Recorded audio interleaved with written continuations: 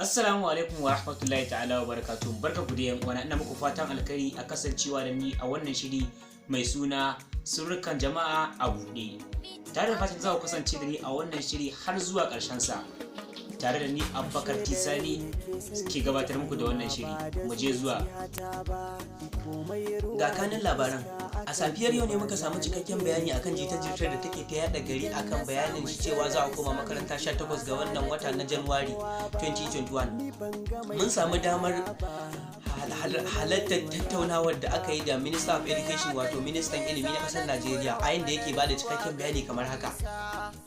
Ministan ilimi na ƙasar Najeriya ya faɗa mana cewa shi fa wannan bayani da yake ta zaga gari akan koma makaranta 18 ga watan Januwari sam gwamnati bata san da shi ba, a yayin da suka sanar da 'yan jarida cewa bayanin koma makaranta sam a yanzu dai basu samu wata dama da ba su ba da izinin a koma makaranta ba saboda wannan cuta da ta addabi duniya gabaki ɗaya wato coronavirus ko kuma mu faɗa a wani harshen na covid-19. Sannan daga ƙarshe sanar da mu cewa dan Allah dan annabi ku ci gaba da wanke hannu, a daina yawan taba fuska, hanci, baki da ido, sannan a ci gaba da zaman gida kare kai.